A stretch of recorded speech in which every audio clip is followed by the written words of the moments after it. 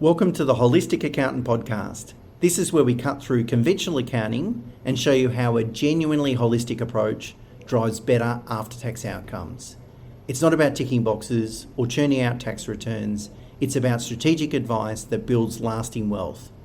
If you find this episode valuable, leave a rating and share it with someone who will benefit.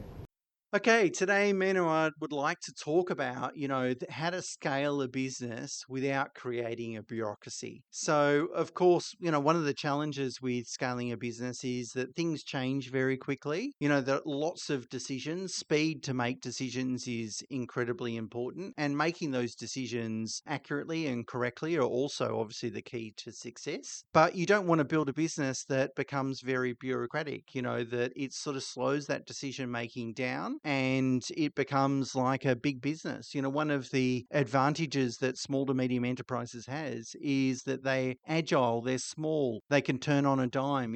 If a small business wants to launch a new product or service, they can literally probably do it sometime tomorrow, whereas a really big business, a multinational, they're going to create a project. There's going to be, legal, marketing, all these sign-offs. It might probably take them a year to sort of go to market with a new product. So I always think that we as small businesses, we need to use that to our advantage. But when you start really scaling and you're growing quickly, you also want to make sure that there's the appropriate guardrails and controls in place so you don't go out of control. So that's what we want to talk about today. How do you do that in a safe and deliberate manner? And just on those guardrails, Stuart, I think a lot of founders, what they sort of run into problems with is that they trust in their people too much. Now, I'm not saying that you shouldn't trust your people. I'm sure that they're all doing the great job if they're the right people. But sometimes good people still make mistakes. This can happen when they're, for example, rushed or overloaded or working through some sort of ambiguity. So it's really important to touch base with your staff, to be on top of them. I think a few weeks ago we spoke about sort of establishing a cadence in terms of,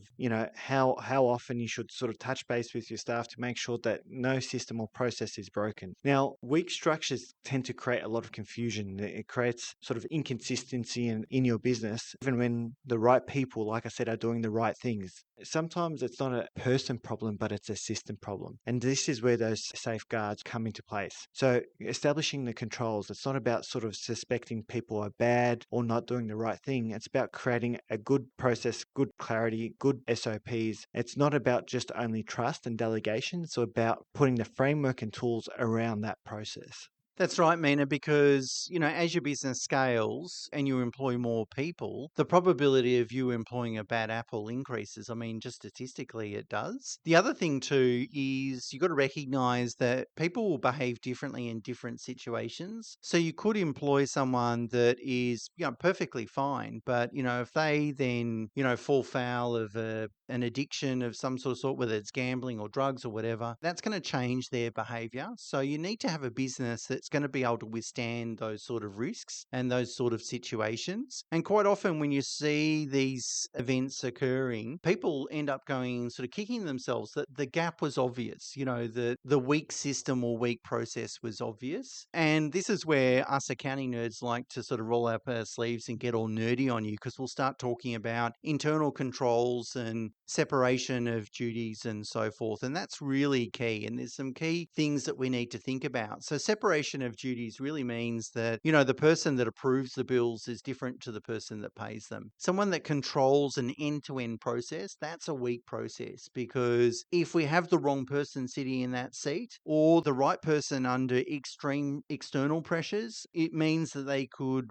produce bad behaviors or bad outcomes. So similarly with payroll is a really good one. The person that's processing the payroll, approving leave, doing those sorts of things should be different to the person that's reviewing, should be different to the person that's actually authorizing the payment of the payroll. If you have those separation of duties, you can easily identify, or you build those guard controls to make sure that one person can't influence the outcome. The other thing too, to be really mindful of, and it's a common thing, most frauds get found out when someone's on leave. So if they're not able to come to work because they're sick or they take annual leave, that's when they've been found out. So making sure that you're moving people people around, particularly if there are key positions that, that do hold a lot of power, making sure you've got those separations, but also being mindful that, if someone is in one position for a while and they kind of own that position and that position could be misused, just be mindful of that, particularly if they're not taking leave, they're reluctant to take leave. That can be a bit of a red flag. So it's really about sitting down with your holistic accountant and making sure, just running the rule over your, segregation of duties, your internal controls, and just making sure and finding whether there's going to be any sort of weak points in your system.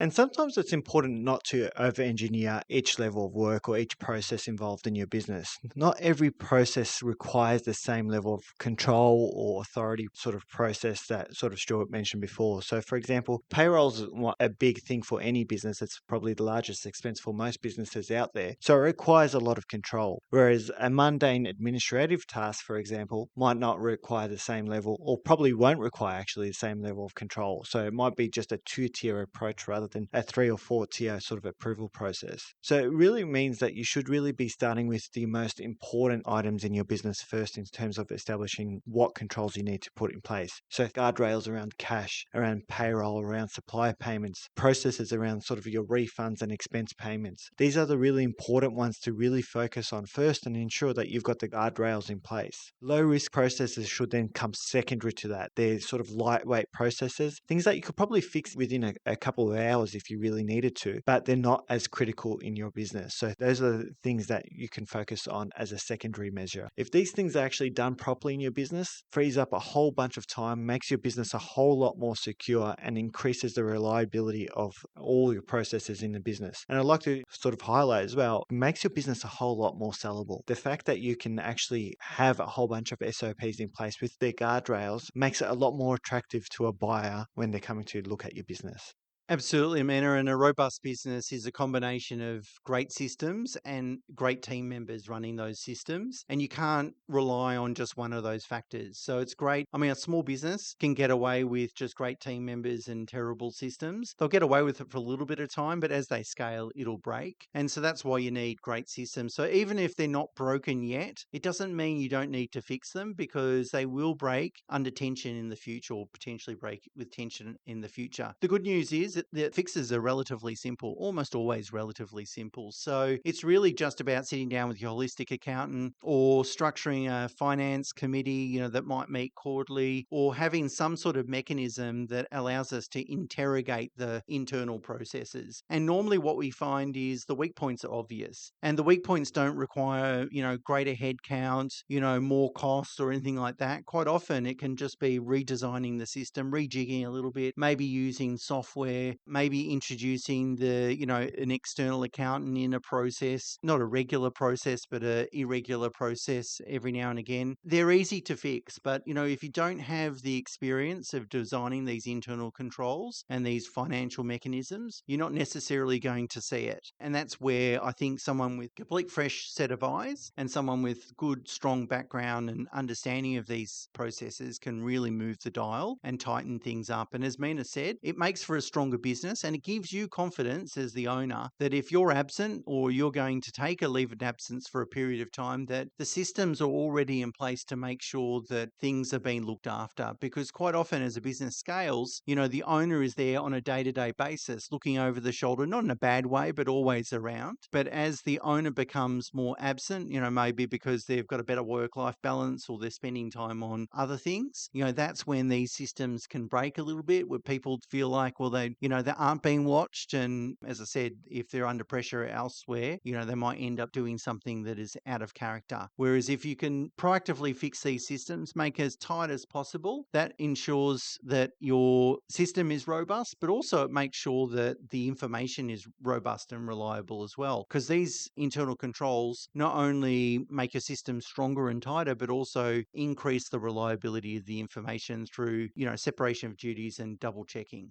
And sometimes there's a bit of a misconception out there that controls will sort of slow down the process or the decision-making process. We've actually found that it actually speeds things up because when there's clear roles and expectations, things actually go through a lot more smoother and simpler. And then the teams can operate with a lot more confidence, and you're basically empowered your staff to basically own the task and run with it and interrupt you less. So it's really important to basically put these guardrails in place so that it actually improves your efficiencies in the business. So overall, it actually protects your enterprise value. It grows your enterprise value, not just your cash, like I've sort of mentioned before. So again, I really don't want to over-engineer this, but it's something that's really sort of overlooked in a lot of businesses. So it's probably something that we encourage our clients to sort of step back away from their business, to have sort of that sort of bird's eye view of their business and understand what's really important in their business, what drives it, where could things actually go wrong, and put those guardrails in place before they scale. So that's it for today. Until next week, bye for now.